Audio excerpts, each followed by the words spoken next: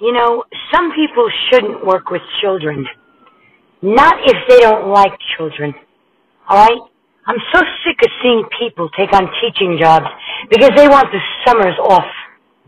Okay, you don't take a job with kids unless you love them. Unless you have the patience to deal with everyone's kids, not just your own, and the ones you think are cool, and the ones you like, because the other ones deserve it too.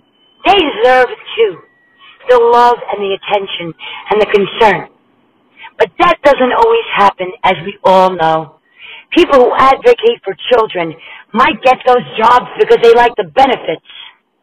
Maybe. This message is for the people who advocate on behalf of children. And I know because I have 4 kids that need advocating. Because I've been doing it forever. By myself. And it's not enough. Alright? And you need an advocate in this world, always. And just because somebody works with kids, you know how that goes. You don't. You know, it's not every person, every priest that's hurt children and everything like that. There's amazing priests. Okay? There's not anybody that's all bad and all good. But in every group, there is good and bad, no matter who they work for. Alright? And the people I mention are the people that advocate for children, that advocate for children to love themselves for who they are, to feel safe, to make sure women are safe and not being abused. Now, I want to talk about a school. And I'm not just talking about any school. In the town I'm living in right now, called Great Neck, New York, Great Neck is known for its school district. It gets the highest praise. I think it was in the New York Times in the last 2 years that Great Neck was one of the best public schools in the country. Now, I went to Great Neck North, okay? I went to Great Neck Junior High School. And I went to Saddle Rock Elementary School. And let me tell you this. There is only one school in Great Neck, New York that knows how to care for children, how to nurture them, their artistic side, their differences, so that they don't feel like they have to fit into a box like every other sheep in this life that doesn't make a difference because they have to be like everybody else. You know what that school is called? That amazing school that changes lives and that's been doing it forever? That school is called the Village School. The Village School of Great Neck. And when people hear, oh, the Village School, oh, isn't that a school for, maybe it's a school, oh, well, it's an unschooled school. It's not really a school. It's a damn good school. It's the best school in this town. And everyone that's ever been to the Village School loves it and praises the Village School for saving their lives. Are those kids problem kids? Absolutely not. They were sick of taking shit in Great Neck, so they moved to the Village School because it was safe there. Because they were accepted. That's what that school is. And it's not just a school either. It's not just following some stupid curriculum that doesn't include the arts and other things like philosophy and thinking with your own mind at all in any of these schools, but not the Village School. The Village School, Shakespeare, Snooze, you know, everything. There's not a topic they don't cover. You know why? Because in this life, it's not just about math, English, and history. It's not. And not everybody's kid is special needs because they need to learn in a different way, okay? No, that's not the case. They're not special needs. They're not disabled. Open up, people. Open up. It's even happened to me as an adult here. Everybody's afraid of me in this town because I use my hands to talk. Maybe it's because I'm half Italian. Maybe it's because I have a background in stage. Who cares? But when people see me expressing myself, they say, oh my God, what's wrong with that woman? What is she doing with her hands? Why is she so expressive? What the fuck is wrong with these people? I'm sorry for cursing, okay? I apologize. And I'm not a vulgar girl. I'm just very angry. And I want justice here. I want justice because a lot of wrong was done to us in this town. But the people that did right will get mentioned here. They will be honored and they will be remembered for what they did. Now here's a name, Steve Goldberg. Steve Goldberg is the principal of the village school. Now the village school has always been loved by the people who've gone there. Now, what's wrong here? That Great Neck North, and I'm not saying it's that way now completely, but there's a lot of bullying there. Now, my daughter didn't get bullied there when she had to go there, even though I requested and begged for the village school. Which everybody else said, oh my God, the village school, I wonder what that is. The kids are into music there. Maybe they do drugs, maybe they do this. No, those are the kids that make their own trail. Those are the Steve Jobs, the Bill Gates. Those are special needs people? I don't think so. Those kids are not the one with the problems at all. Because those are the kids that are open and they're non-judgmental. That's what they're taught. Why aren't they taught that in the other schools? How come the Great Neck School District isn't judged for that? What are you looking at, test scores? Why are they comparing Great Neck to other school districts? And other school districts look bad because of test scores. In Great Neck, most of the people can afford training for those tests, can't they? What about the kids who can't? What about those kids? Now, when I came to this town with my kids as an adult, because I had to, because I had no other choice, I was concerned about Great Neck. I didn't like the idea of sending my daughter to that high school. Now, I loved the high school, and I had certain friends there, but I know what it's about. I know what it's about. And I'm not putting it down. I have a lot of friends here that I love. They're great people. But it's not because of this town. I know a lot of people that have prospects and hope and talent and gifts that are so messed up today, some people don't even know if they're alive or dead because they're on drugs. Drugs! You hear my words? Drugs in Great Neck. Did you think there's no drugs in Great Neck? You think they're at the village school? No way. Okay? That's child's play. The real drugs are at the high school. And they've always been there. So, if you're concerned about your kid with drugs, which we all are, okay, because when you have been abused, or if you've been in a bad situation, you don't even have to be in that situation. You could just be giving your kid a lot of cash to play with.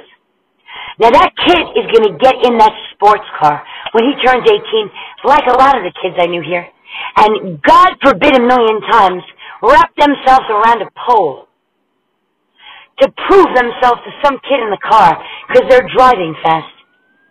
You know, that's actually a known fact, a biological thing about boys.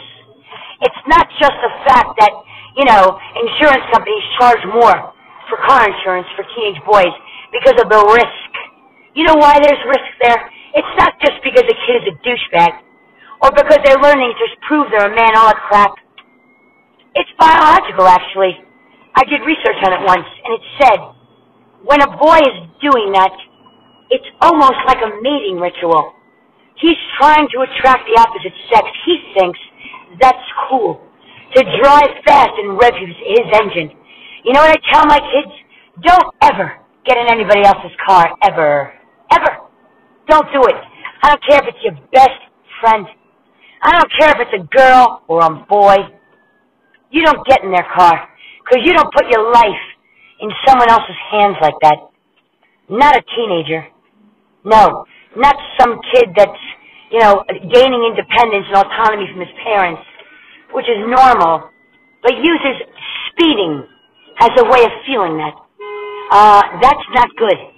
So I told my daughter she's afraid of driving, which I don't blame her, because there's some crazy drivers out there, but you need to drive. You should never be afraid to drive, as long as you're at the wheel, okay? You drive the car, just like you control your life. It's always better to do it yourself, because you know you're going to do it the right way, or at least the way that you know how.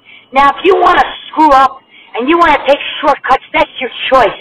But then you take the wheel of your life and you deal with the consequences. You don't get your kids stuck in those consequences or anybody else. And that's why I tell my daughter Alexandra, you learn to drive. You'll be the best driver out there, and there's nothing to be scared of. You can go slow. You can go 30 miles an hour. That's what I do. I'm always careful. I don't give a shit if somebody's beeping at me because I'm not speeding. Too bad. They'll wait another 2 hours to get to their manicurist, all right? I'm not getting killed over some asshole behind me because they're in a rush, because they're annoyed that their appointment might have to be rescheduled. Sorry, do your nails another day. I'm going to get there safe. And that's what I tell my kids, because that's the right thing. Now, Steve Goldberg wasn't always the principal of the village school, and it was still great. Everybody that ever went there wants to go back and honor them, wants to go speak to the kids there, because they take people and they save their lives. It's not just teaching. These are the people that get the funding, that need the funding. These are the people that deserve it, that need it, that the kids need. And you remember that if you're interested in educating your kids, get involved at the village school. Build it up. Give Steve Goldberg money to build it. Because a lot of kids need the village school, and it's not big enough. Because Great Neck's too busy putting more flowers around the high school and everything else that doesn't count and doesn't matter and doesn't make a difference. The village school makes a damn difference. Where is the funding? Where is it? Why aren't they getting the respect they deserve? Why? They are the best. And let's face it, that is the trend, okay? That is the trend this world is going in. Why? Because of how fucked up these schools are and what they're doing to the kids. The testing and the standardized testing. What is that? What the heck is that? What testing? If you judge a fish by its ability to climb a tree, you'll think it's stupid? That's right. And it's the same with kids. What is all this stuff? What is it? Your kid can't stand out because if they do, people are going to say they're crazy? What? What are we teaching these kids? People who made a difference in the world. The Martin Luther Kings. You know? The people that are fighting for justice. Whatever their ending was, that wasn't their legacy. They made a difference. Harriet Tubman. We have to speak out. We need to be advocates for children, and we need to know who's doing it with us. Okay? You know what bothers me? We know that we have to do a background check on everybody that is ever going to care for our kids, right? If you're going to hire someone to work with your kids, I certainly hope you're doing a background check. I mean, I've seen plenty of people that have not. I was left with people when I was a little girl. I was bathed by people that weren't my parents, that my parents hardly knew. Now, I'm not going to talk about that experience. I know a lot of people that do it. The baby's born, they hire a nurse for 2 months so they don't have to wake up or see the baby. Yeah, she's so cute, look at this dress. But when the baby's in the middle of the night crying, the mother is not in there. They don't bother with that. And I'm not judging that because somebody has to work or somebody has to whatever. I'm not saying you have to wake up and be with the baby, but that's not the point. You have to know who's watching the kids. And I'm sure every good parent, whether they're there or not, or somebody else is helping, they're making sure. Now, why is it when you drop your kids off at a school, you don't get to meet the teacher before your kids are dropped off there? Why? Why not? Why? What does that mean? You don't have to worry because they're teaching? I'll leave it to the school to make the decision of whether they're safe? That's not working out, okay? I had a teacher that couldn't get fired because of tenure when I was in high school, and he was dead drunk every time he was in the classroom, and he stunk like alcohol and sweat. Now, you don't think we noticed that? And because of tenure, he was with us? So, when I go to take my kids to a school, I want to meet the people there. I want to meet the teacher. I don't have to judge the teacher in any way. I just want to feel her out and see if my children are going to be safe there. And not just safe, that she's going to be looking out for bullying. Bullying! I don't care what kind of anti-bullying crap you marketed for your school or what school it is. It's not working. Not enough is being done. Kids are committing suicide. The internet has taken over, and bullying is worse. The schools need to do more for children. And they need to know and have a sense of who's safe for those children and who's not. And the schools should never make a decision on what they think of someone as a parent based on what they're wearing. Because someone like myself is not wearing a nice dress right now because she doesn't have access to the clothes that are locked in her storage. And why are they in her storage? Because of discrimination. And because I wasn't allowed to move my furniture into that co-op on 11 Woolies Lane. Why? My mother owned that apartment for 23 years. Owned it. My sister Brooke, a brilliant girl. Hurt, but brilliant, and of course, she was hurt like I was. Okay? So my sister deserves the best, and if I ever have anything, she's going to have it too. That doesn't mean that my sister wants to be near me, or likes me, or I feel like I can have my sister with the kids, or that you want to be with them. I'm talking about my sister Brooke. Okay? A beautiful, smart girl that I will never forget, that little girl. I love her. I loved her. I used to hear her crying down the hallway when she was a baby with that baby nurse who wouldn't let me in the door. Now, my mother wasn't in there. It was that baby nurse. I wonder what she knew about that woman. I really do. Because that woman wasn't so nice. And I heard my sister crying all night. Now, I was the only one in that house. I couldn't sleep with that sound. Why not? Why not? When you hear a baby crying, does that get inside of you? Because it should. And if it doesn't, there's something wrong with you. So I couldn't sleep when I was growing up because I heard my sister crying. And that means that baby needed help. So I would go to the room, and I would be met by the gatekeeper, the baby nurse, who would then close the door. What the hell was she doing in there? That's what I want to know. Why couldn't I come in and comfort my sister, and why wasn't she doing it? And why wasn't my mother looking at her and saying why? Why wasn't my mother checking? Maybe she wasn't home. I don't know. Whatever. What I'm saying is, the whole racket concerns me. We need to be more concerned about our kids. Just because somebody said that's a good baby nurse. How do you know? How do you know? Do you have cameras in there? Do you have cameras everywhere? Just because Linda or, Joyce said she's a fabulous baby nurse, oh my God, she's so fabulous, that doesn't mean she is. You check. You check on the kids.